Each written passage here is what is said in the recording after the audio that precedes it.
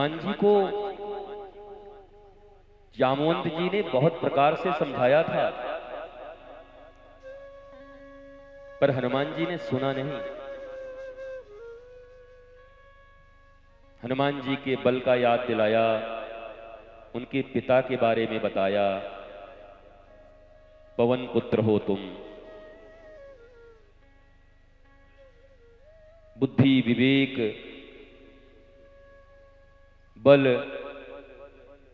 विज्ञान, तुम साइंटिस्ट भी हो हनुमान जी, विज्ञान भी तुम्हारे पास है। और जब जानकी जी का हरण हो गया है और तुम चुपचाप बैठे हो। पर हनुमान जी नहीं उठते। जो निराभिमानी होते हैं, जिन्हें अपने कर्म का अहंकार नहीं होता, वो अपने अपने पिता, कुल, खानदान, डिग्री, धन, वैभव, पद, प्रतिष्ठा, कितने भी उन्हें तुम झाड़ पे चढ़ाओ, पर वो स्वीकार नहीं करते।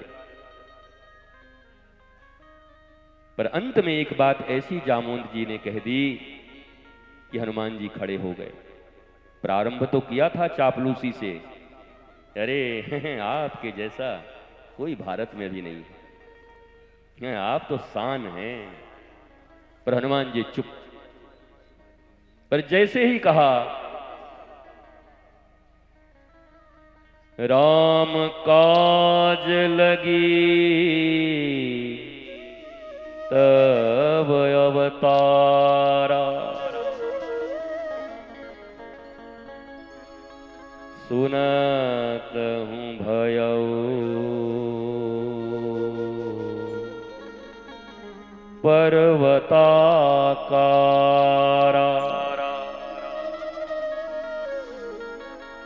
अपने निजी जीवन में उनको बहुत इंटरेस्ट नहीं है। उनकी ऑयलिंग करके, तेल मसाज करके हनुमान जी से कोई कुछ करा ले, ये संभव नहीं है। इसलिए गोस्वामी तुलसीदास ने जब राम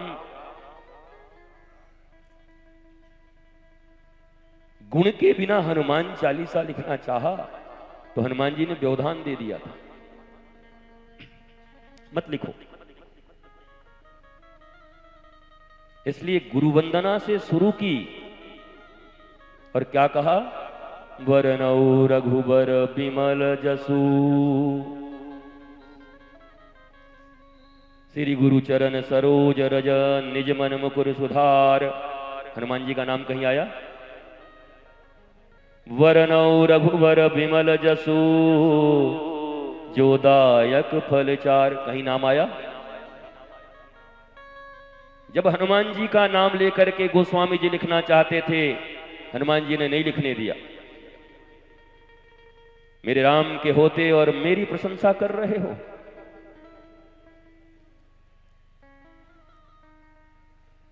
तो जब गोस्वामी जी ने फंसा लिया 2 लाइन लिख के, एक गुरु वंदना और एक रघुनाथ की वंदना, तब हनुमान जी कहे अब लिख सकते हो। बोला अब तुम जाओ, हमको तो जो लिखना है वही लिखेंगे। तब फिर जय हनुमान ज्ञान गुण सागर। लेकिन हनुमान चालीसा के नाम पर पहले हनुमान जी का नाम नहीं आने दिया। खबरदार, गुरु वंदना करो, गुरु कृपा हो जाए फिर रघुनाथ की वंदना करो, और ये चालीसा उन्हीं का हो।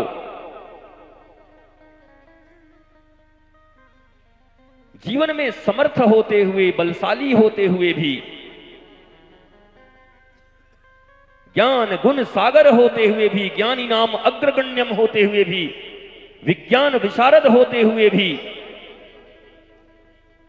अपनी छाती फाड़कर राम लखन और सिया को रखने के बाद भी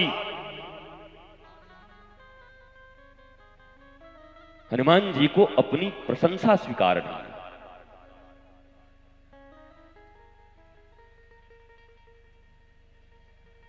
और अगर हनुमान जी के पांडाल में बैठे हो और सफलता चाहते हो,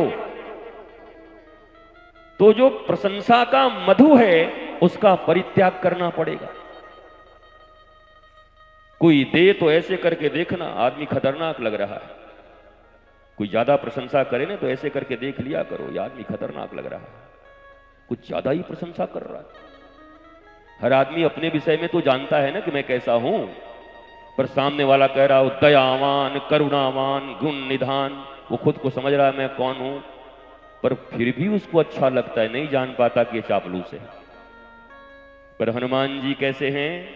बोला नहीं, मेरे रघुनाथ की वंदना करो। जीवन के सफलता का यही एकमात्र सूत्र है, राम काज लगी तव अवतारा। मेरा जीवन मेरे कर्मों के लिए नहीं हुआ, राम काज के लिए अगर मैं तत्पर हो जाता हूं तो मेरे काम तो ऐसे ही बन जाएंगे। भारत में ज्यादा राम मंदिर है कि ज्यादा हनुमान मंदिर है? बताओ जी। एक राम मंदिर बनने में तो 500 वर्ष लग गए यार, और हनुमान जी का लाल देह लाली लसय अरुधर लाल लंगूर, वज्र देह दानव दलन जय जय जय कपिसूर। गली गली में, गली गली बजरंग बली। हनुमान जी ने सेल्फ रिस्पेक्ट की चिंता नहीं की, हनुमान जी ने सेल्फ को क्रिएट करने का प्रयास नहीं किया, हनुमान जी ने दैहिक रूप से अपनी प्रतिष्ठा का कभी प्रयत्न नहीं किया। और जब कोई हनुमान जी की तरह अपनी प्रतिष्ठा भूलकर केवल राम प्रतिष्ठा के लिए लग जाए तो राम जी उन्हें गली गली में पुजवा देते हैं, पूरे दुनिया में पुजवा देते हैं। ये हमारे राम जी का कृपा है। पर जीवन में जो स्वयं के लिए ही मरा जा रहा हो, हमारा नाम नहीं आया, हमको कोई नहीं बोला, हम नाराज हो जाएंगे। हनुमान जी से इतना सीखकर अगर जीवन में अपनी प्रतिष्ठा भूलकर भगवान राम जैसे जा रहे हैं विश्वामित्र जी के साथ, तो पूछा था दशरथ जी ने कि कुछ सेना भी चला जाए, कुछ ये भी हो जाए, कुछ इनके सेवक चले जाएं, तो ऐसा नहीं कि विश्वामित्र जी ने मना किया था, राम जी ने स्वयं मना कर दिया था। बोला इन्हीं सेनाओं के बल पर अगर राक्षसों का वध होना था तो आप तो पहले से ही चक्रवर्ती सम्राट हो, अब तक क्यों नहीं हो गया? प्रश्न पूछा है राम जी ने कंबन में। संतों का आशीर्वाद और इधर बैठे हुए अपने अपने कुनबे के मनसबदार, इनका आशीर्वाद, इनकी सद्बुद्धि, बैठे हुए श्रवण कर रहे लोग, और व्यासपीठ से ये निर्झर हो रही भगवान राम और हनुमान जी की कृपा। आपको विश्वास हो न हो, मुझे तो विश्वास हो गया कि परिवर्तन होगा नहीं, मुझे परिवर्तन होता हुआ दिख रहा है। राष्ट्र में संदेश चला गया है। मैं अंतिम दिन बहुत कुछ खोलूंगा, बोलूंगा कि विश्व के किस किस कोने से क्या क्या भावनाएं आ रही हैं, और राष्ट्र के किस किस कोने से ये कोई गोंडा और अयोध्या की धरती पर हो रही एक सीमित भूमि पर कथा नहीं है, राष्ट्र कथा है। तो ये मान लो कि पूरा राष्ट्र इस पंडाल में बैठा हुआ है और आसपास पूरा राष्ट्र बैठ करके इसका श्रवण कर रहा है। यह कथा नीति निर्देशिका बना रही है। और बचे हुए 2 दिन में, 2 ही दिन बचे हैं ना, कल परसों, बचे हुए 2 दिन में भगवान राम, राम राज्य और वहां विज्ञान कहां है। यूरोपियन जितने भी कंट्री हैं वहां की सभ्यता और संस्कार और भारतीय सभ्यता और संस्कार, इन दोनों में अंतर क्या है? क्या ऐसा हुआ कि भारत की इतनी समृद्ध सभ्यता और संस्कृति यूरोपियन सभ्यता और संस्कृति की ओर डाइवर्ट होने लगी और हम उसे उठा करके अपने जीवन में अपनाने लगे? क्योंकि हमारे बच्चों को पढ़ाया नहीं गया, बताया नहीं गया। यूरोपियन दर्शन के बड़े बड़े जो दर्शन शास्त्री रहे हैं, दर्शन विशारद, चाहे तो प्लेटो रहे हैं, चाहे सुकरात रहे हैं, चाहे रूसो रहा है, चाहे देकार्ते रहा है, इन सब पर भी चर्चा करूंगा। कि उनके दर्शन क्या हैं और भारतीय दर्शन क्या है।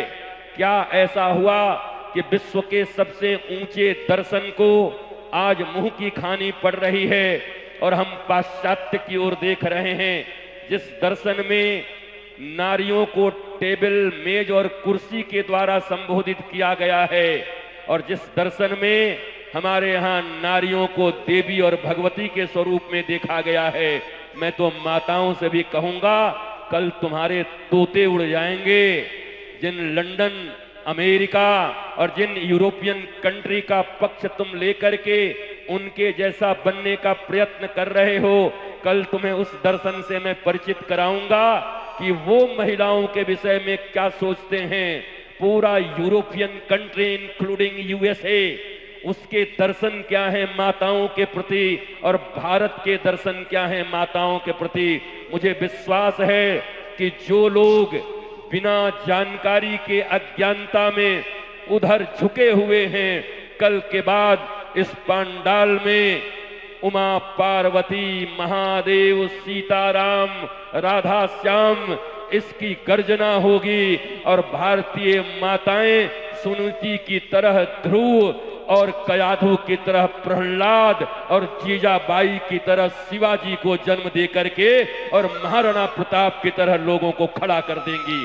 कल दर्शनों के बीच में, दो दर्शनों के बीच में क्या अंतर है, कहां हम चूके और किस चूक के कारण आज भारत कहीं न कहीं पाश्चात्य सभ्यता के अधीन होता हुआ दिखाई पड़ रहा है। 300 वर्ष पहले जिस भारत की कृषि इस दुनिया में सबसे उन्नत थी, जहां पशुधन इतने थे, 1 एकड़ खेत में 300 वर्ष पहले 70 क्विंटल अनाज हुआ करते थे, लेकिन उन खेतों को बर्बाद करके, पशुओं को मरवा करके, कृषि को पशु आधारित कृषि व्यवस्था से हटा करके भारत की कृषि नष्ट और भ्रष्ट हो जाए, वो कैसे और किस साजिश के तहत किया गया। और आज भी हम इसको न समझ करके भारत को पुनः गुलामी की ओर ढकेलने का प्रयास कर रहे हैं। कल इन सब बिंदुओं पर चर्चा होगी। आप निराश मत होना। भगवान राम, भगवान श्री कृष्ण और हनुमान जी की मौलिक कथा का भी श्रवण मैं ऐसे सूत्रात्मक तरीके से करा दूंगा कि तुम्हें सूत्रों के रूप में याद हो जाएगा। हमें अपनी सभ्यता, संस्कृति, अपनी वीरता, अपनी कृषि, अपनी समृद्धि पर गौरव था, पर वो सारी समृद्धि समाप्त हो गई। हम मानसिक रूप से दिवालिया हो गए। हम मनोरोगियों की तरह, अंग्रेज तो चले गए पर अंग्रेजियत नहीं गई। मैं चाहता हूं अंग्रेज भले फिर से आकर के 1 लाख रहने लगे, पर अंग्रेजियत की मानसिकता इस देश से चली जाए। हमारे देश में हमारी सभ्यता, हमारी संस्कृति की भावना होगी तो भारत पुनः उन्नत होगा, भारत विकसित होगा और भारत का डंका चारों तरफ बजेगा। पर केवल भाषणों से नहीं बचेगा। जहां चूके हो उसे समझना होगा और उसे फिर स्वीकार करना होगा। अगर शरीर रोगी हो गई है तो निरोग होने के लिए तुम्हें उन वैद्य की सलाह को, चिकित्सा परामर्श को और उन औषधियों का सेवन करना होगा और आगे फिर औषधि का सेवन न करना पड़े।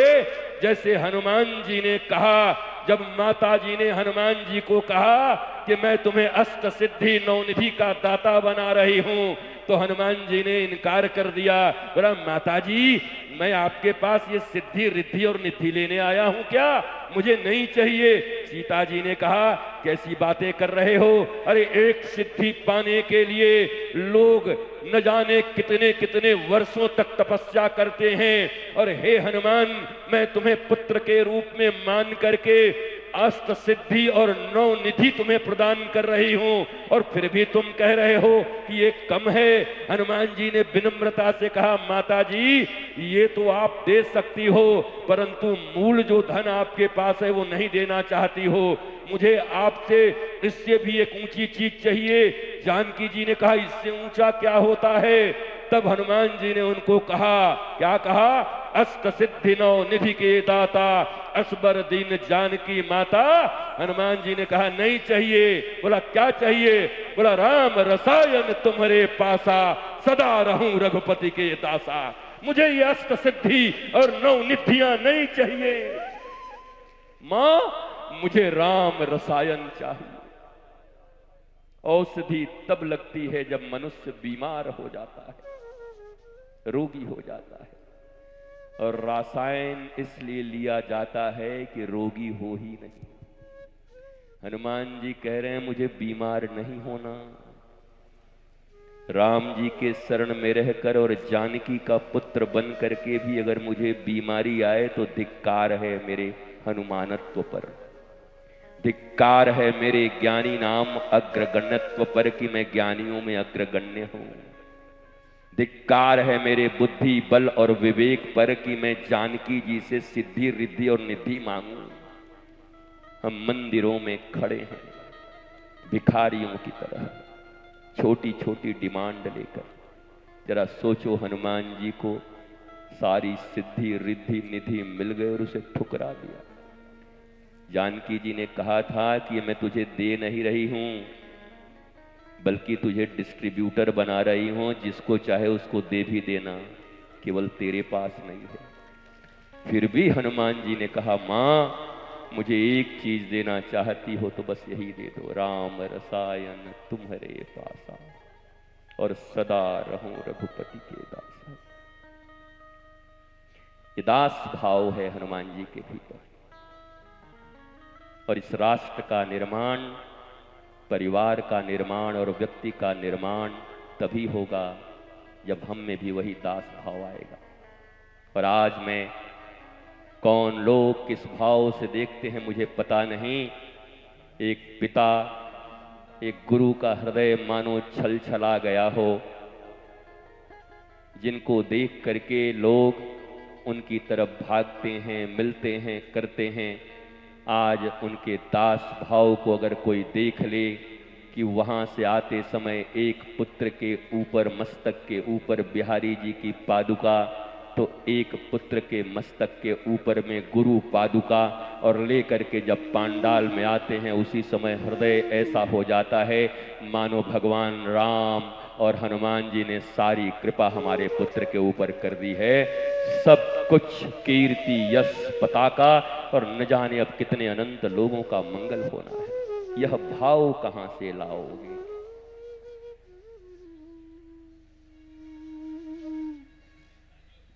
भाव से खरीद, भावग्राही जनार्दन।